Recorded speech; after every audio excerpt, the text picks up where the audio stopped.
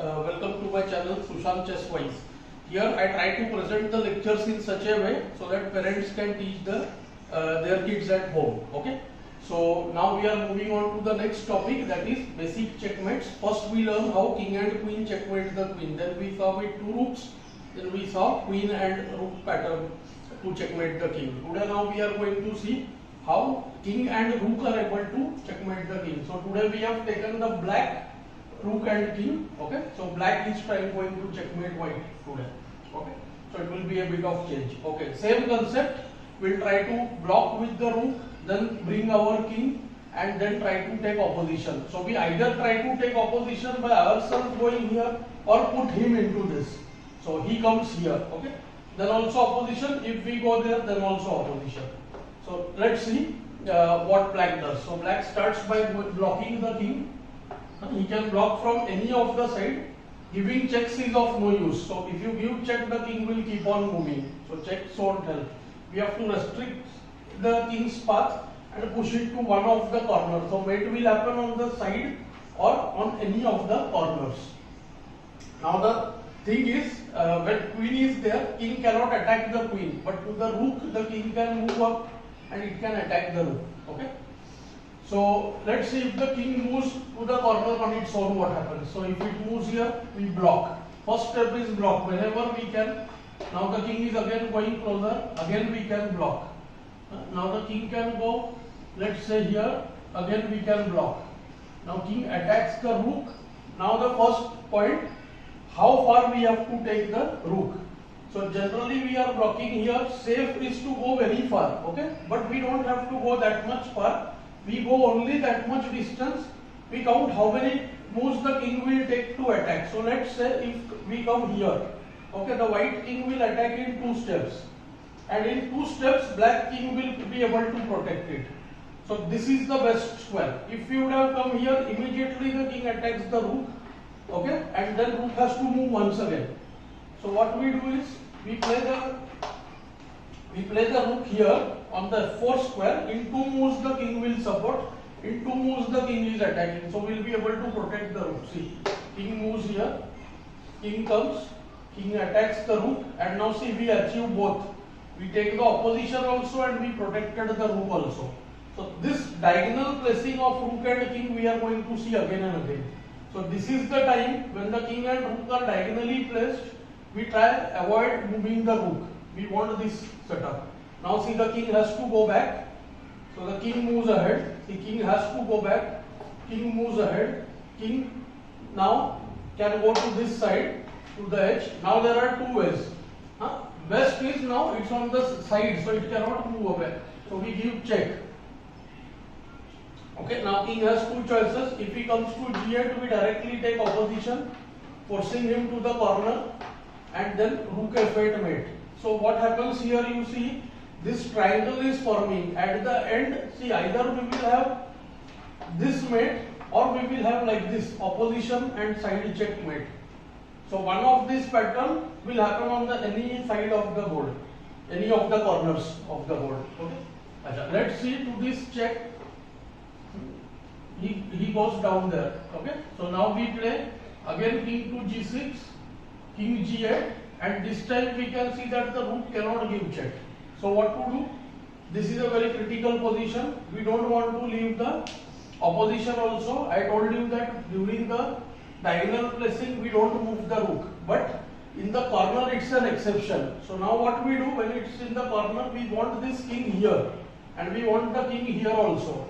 So we just waste the move with the rook. We play the rook anywhere along this line so that the king cannot come to f8. We force him back to h8. So let's say rook f6.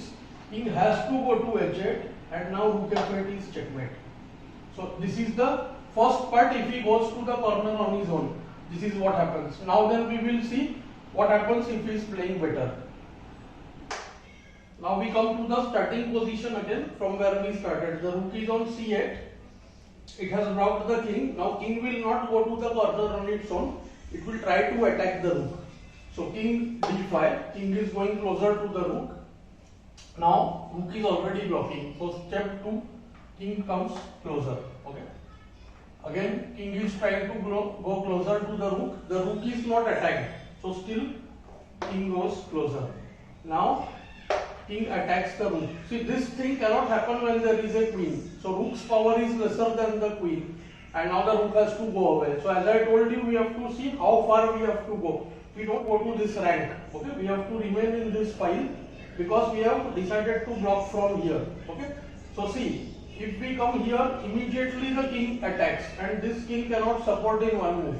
So this king can protect in two moves here, and opponent's king can attack in two moves here. So this is the best place because the king will come there in two moves. So now again, king will try to attack the rook, and now even better way, this square we can block by getting the king here. So the white king is not coming to the d5 square. Now white has two choices. Either he goes back on his own, which he should not do. He will try to remain in the middle of the board as much as possible. So now see, we got the opposition, and this is a very important position. During the opposition, see, kings are placed front of each other. So we give side check. The check will come from the side. Okay, this needs some explanation. Let's say kings are like this. Okay, and rook is here. So what will happen? The side check will be like this.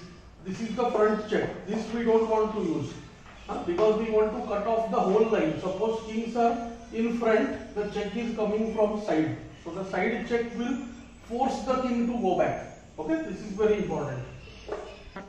So now the king is on e6 and rook has given check from the side. So king has to go back. So this whole line is covered by the rook. Okay, and the king is covering these three squares. That is what we do in opposition. So now king goes back to d7. Okay, he attacks the rook. Now king comes closer, takes opposition. Okay, and protects the own rook. Now the king will. Now this is the final phase. King will be pushed to one of the corners. So now king comes here. Okay. Now see, we have to do this. This we don't have to do with the queen. Now with the rook, one by one square, we have to keep on pushing the king. See, now see, we have covered this much area. The white king has only this much area left. So slowly we will reduce its squares.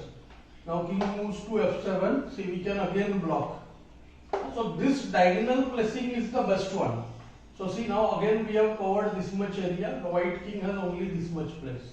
So king goes to g7. Now rook cannot block. Rook will be taken. So step 2. King comes closer. Okay. Now king is again keeping the rook attacked. So this position I told you is ideal. So we take opposition, bring the king closer, rook is protected. Now again the king moves inside. At this point there are many ways, but we will stick to our idea. Again we block. Okay. The king is now only restricted to this much area. So king goes inside. Now there are two moves. One, king can go here. Second, it can go here. If it goes here, it directly allows opposition. King is forced to go to the corner, and this is checkmate. Okay. So that was worse. So king goes here. Now again we block. Okay. We got the opportunity to block, and now the king has two places, this and this, to move on. So we will have to allow him two places. If we reduce him only to one place and it's not a check, it will become a stalemate. So we have to avoid that. So now king goes to h8. Now always remember, see, this is the first line. Okay, this is the second line. King has to be on the third line. Okay, so black king's presence is required here, not any of these sides. So white king 1, black rook 2, and then black king on the third. So here. So now see, king goes closer. Now king to f7, king moves to f7, we got the opposition directly. Now the king has to go to h8 and rook h6 checkmate. Okay, now this is the basic way. This pattern can happen on any side of the board. So let's look at few cases how the end can happen. So now what we have to do, this rook is very well placed. Okay, and now see, king has to go here only. So what we do, we just waste the move with the rook, force the king to go to a8, and then rook gives check and mate. See, this triangle will be formed. Okay, let's take one more example. let's say this is the position and king has come close. Here again black to play suppose. So black wants this king to be here at the opposition. So what black does is he wants the rook, he can't play the rook closer. So he just wastes the rook move, forcing the king here, anywhere on this rank will do. Forcing the king to a4 and then rook a6 mate. So see, in the middle the mate will happen like this, in the corners the mate will happen like this, these patterns. So this is all I wanted to show. Okay, so this is how we complete the king and rook mate. So do share, like and subscribe the channel. Okay, thanks for your time.